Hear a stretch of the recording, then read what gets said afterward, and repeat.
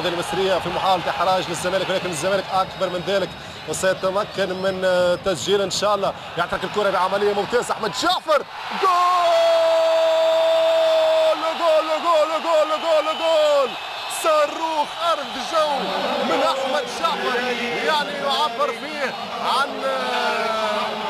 إذاعته ربما لبعض الفرص ماذا يجري لأحمد جعفر.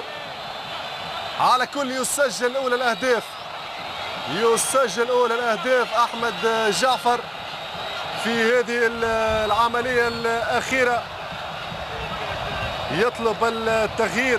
يعني حسب ما فهمت من هذه العملية أنه أحمد حازم إمام كان سيعوض أحمد جعفر، ربما بعد الهدف جورفان فييرا يقول خلي يقعد أحمد جعفر، لكن أحمد جعفر يطلب التغيير. لا ندري هل هي الضغوط التي كانت عليه، ولكن بهذه التصويبة بخارج الرجل بثقة كبيرة، بتصويبة يمينية يعرف سرها لأحمد جعفر يضعها فين وين يسكن الشيطان.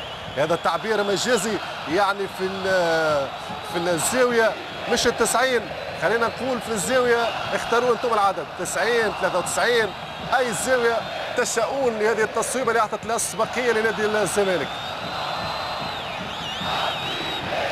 هنا الجماهير الزملكاوية يعني تشعل الشماريخ وتغني